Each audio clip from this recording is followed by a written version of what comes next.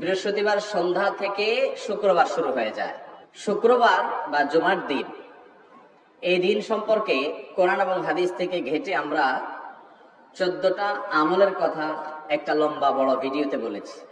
আজকে সেখান থেকে আমি সংক্ষেপ করে এই 14টার মধ্যে আবার অতি গুরুত্বপূর্ণ 5টা আমলের কথা বলবো ইনশাআল্লাহ।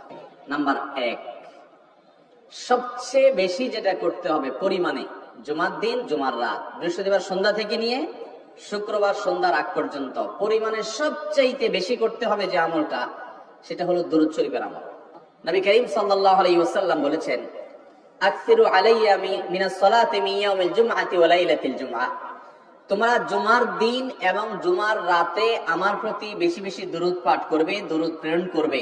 ফাইন্না সালাতাকুম মারুদাতুন আলাই, কারণ তোমরা যে দুরূদ পাঠ করো এটা আমার কাছে পেশ করেন আল্লাহর ফেরেশতারা, এবং রীতিমতো নামধাম সহকারে আল্লাহর একদল ফেরেশতা নিয়োজিত আছে। তারা বলেন, আল্লাহ, হে আল্লাহ রাসূল, আপনার অমুক উম্মত, অমুক অনুসারী, আল্লাহর অমুক বান্দা পৃথিবীর অমুক প্রান্ত থেকে, অমুক দেশ থেকে, অমুকের সন্তান, সে আপনার প্রতি দুরূদ পেশ করেছে জুমার দিনে, জুমার রাতে বা অন্য সময়ে। এটা নবী করিম সাল্লাল্লাহু আলাইহি ওয়াসাল্লামের কাছে রিপোর্ট দেওয়া হয় আল্লাহর নিযুক্ত ফেরেশতাদের মাধ্যমে।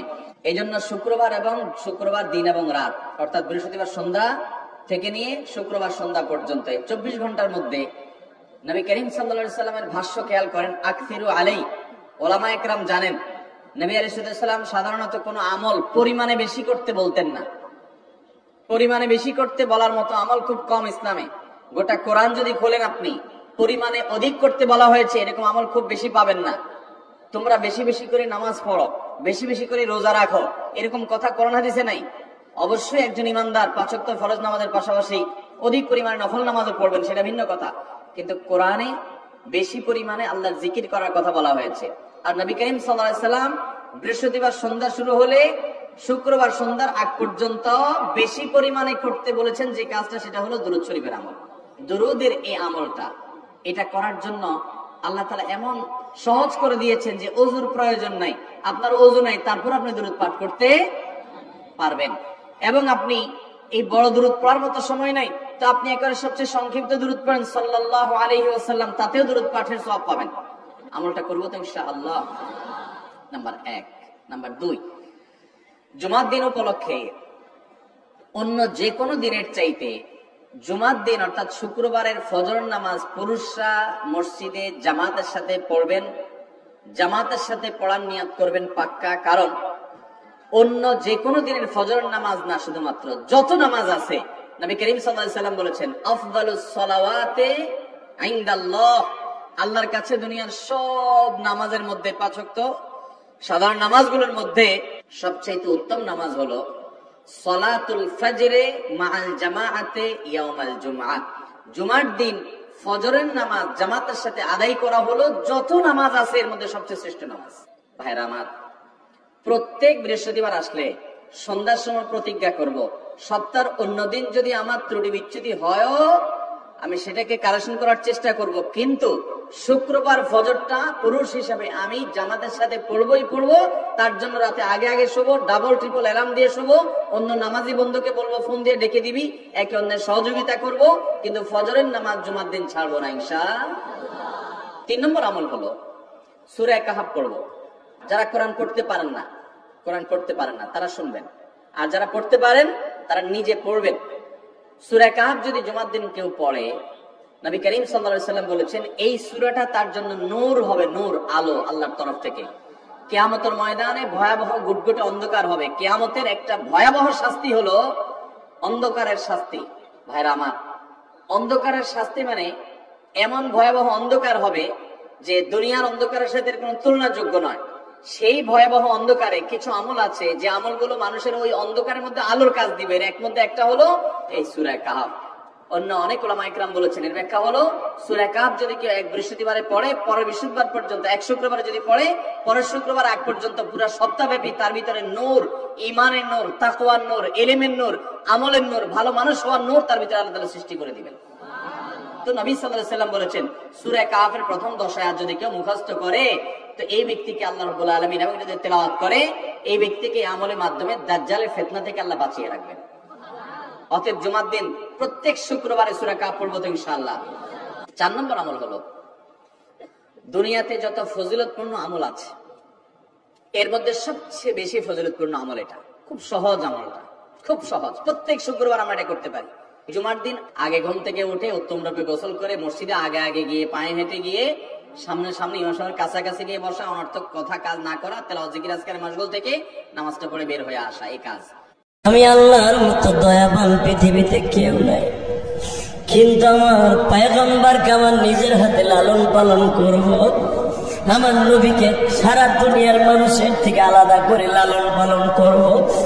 আমি আমার নবীর মা বাবাকে বাল্যকালে আনার পরে বুঝাই দেব আমি আমার নবীরে কত ভালোবাসি।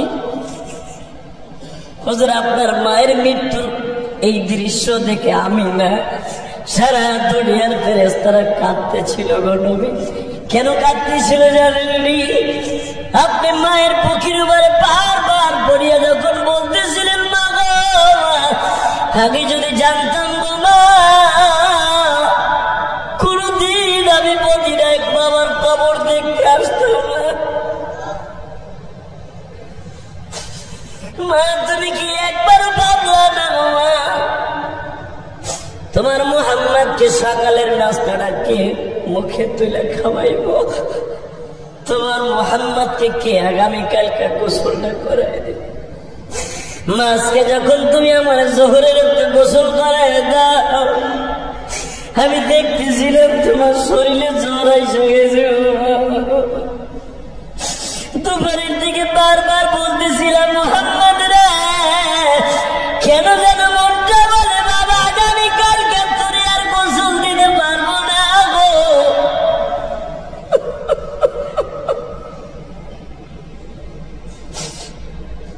বাবা মুহাম্মদ রে,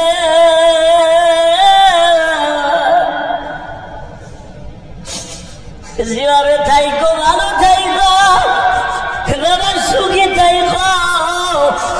মায়ের ডাক ডাকিয়া যদি তৃপ্তি মিটাইতে চাও, এই যে আমার বান্ধবী, তোমার জন্মের আগের থেকে তোমার এই মাটা বান্ধবী, এই যে উম্মে আইমান দাসিরে রাইখে গেলাম রে মুহাম্মদ।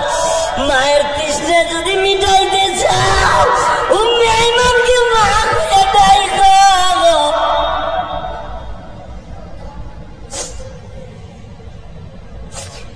নবী, আপনি যখন এই কথাগুলো বিনয় বিনয় বলতেছিলেন, আপনার মায়ের মৃত্যুর পরে আমি জিবরাইল আর সহ্য করতে পারি নাই গো নবী। আমার তো কোনো মা নাই, বাবা নাই, আমার জীবনে কোনো ছেলে মেয়ে নাই, কিন্তু নবী আপনার চোখের বাণী আমি জিবরাইল সহ্য করতে পারি নাই গো। সারা দুনিয়ার ফেরেশতারা কাঁদছে। শিশু ভালো হয়ে যাবে, নবীর এতিম সময় থাকবে না, নবীর অসহায়ের সময় থাকবে না, কিন্তু আমি তখন তারে মনে করাই দিব,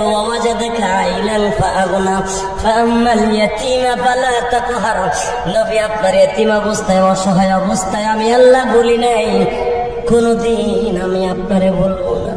আপনার উম্মতের এতিম অবস্থায় বলি নাই। এখানে এমন লোক আছে বাবা, আজকে কোটি কোটি টাকার মালিক, এমন একটা দিন ছিল তুমি কাটা কাপড়ের দোকানে চাকরি করতাম।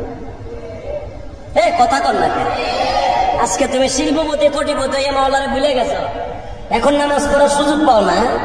কাস্টমার আয় পড়ছে, তোমার কাটা কাপড়ের দোকানে বইয়া তুমি সুতা বাঁচতেছ, ভুলে গেছো মাওলারে।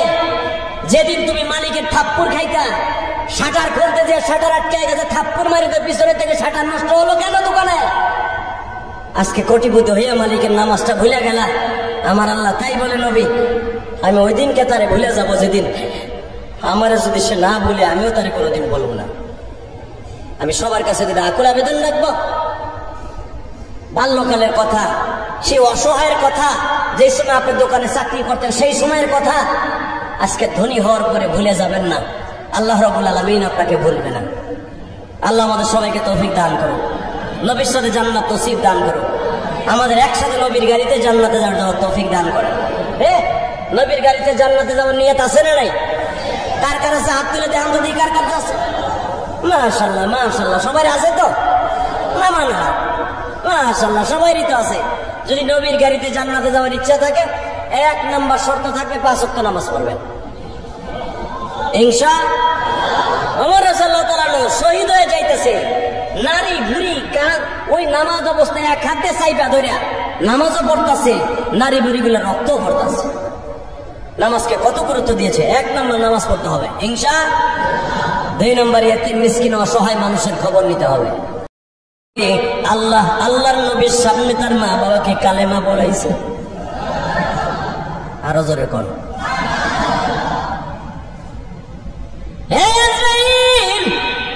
যদি আমার নবীর মা বাবা মুসলিম অবস্থায় এখনো তাদের খাতায় নাম তুলছে, আমি আল্লাহ জানি তাদেরকে কালেমা পড়াবো। কিন্তু খবরদার, আমার নবী তো এখনো নবুয়তি পায় নাই। আমার নবীর খাতিরে মায়ের সাথে লেগে আছে বিদে আমার নবীর মায়ের কষ্ট বেশি। এর দ্বারা বোঝা যায় আল্লাহ ওয়ালাদের সাথে যাদের সম্পর্ক থাকবে, আল্লাহ তাদেরকে যেভাবে হোক কালেমা নসিব করাবে। ভালো লোকের সাথে সম্পর্ক রাখবেন, খারাপ লোকের সাথে না। নবী আপনার মায়ের জান কবজ হয়ে যাবে, আর মাত্র কয়েক সেকেন্ড বাকি আছে। আল্লাহ ছাড়া দুনিয়ায় যত ফেরেশতা আছে সব ফেরেশতা দাঁড়ায় দাঁড়ায় কাঁদে, মালিক তোমার কি মায়া লাগে না? এই 6 বছরের বাচ্চাটার সামনে থেকে এত বড় দামি মানুষটার সামনে থেকে তার মারে নিয়ে আসবা। আমার আল্লাহ বলেন, জিবরাইল রে, আমি আল্লাহর মতো দয়াবান পৃথিবীতে কেউ নাই, কিন্তু আমার পয়গম্বরকে আমার নিজের হাতে লালন পালন করব। আমার নবীকে সারা দুনিয়ার মানুষের থেকে আলাদা করে লালন পালন করব। আমি আমার নবীর মা বাবাকে বাল্যকালে আনার পরে বুঝাই দিব আমি আমার নবীরে কত ভালোবাসি। হুজুর, আপনার মায়ের মৃত্যুর এই দৃশ্য দেখে আমি না, সারা দুনিয়ার ফেরেশতারা কাঁদতেছিল গো নবী। কেন কাঁদতেছিল জানেননি? আপনি মায়ের বুকের উপরে বারবার পড়িয়া যখন বলতেছিলেন, মা গো, আগে যদি জানতাম গো মা, কোনদিন আমি মদিনা একবার আমার কবর দেখতে আসতাম না। মা, তুমি কি একবারও ভাবলা না গো মা?